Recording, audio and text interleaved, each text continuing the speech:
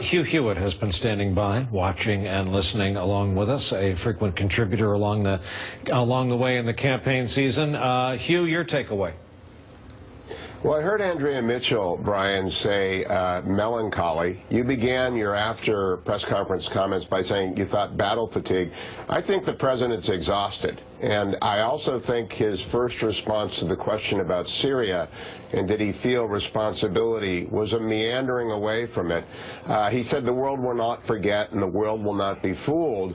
But I do go back to something Admiral Stavridis said, I think on this network yesterday. He was considered by Secretary Clinton as her vice presidential running mate, Democrat, that the biggest mistake of his presidency was the red line and not enforcing it.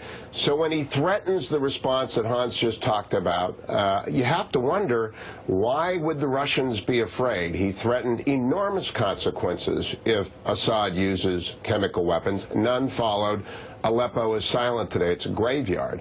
So I was thinking about that through it, and I also fault the president. I'm very glad he honored the military 3 times in this press conference. I salute him for that. It was a very honorable thing for him to do.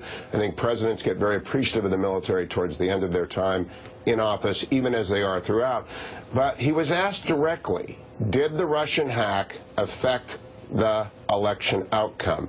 And he did not answer. I think that's an enormous whiff on his part, a delegitimization. I think he will regret it. I wish he had answered it differently. There's absolutely no argument to be made that the Russians gave the election to Donald Trump. They screwed around with this. They've been screwing around with this since Alger Hiss was at the elbow of FDR, and Aldrich Ames and Robert Hansen and the Walker family. I mean, your special guest there know all the long tortured history of Russian espionage against us.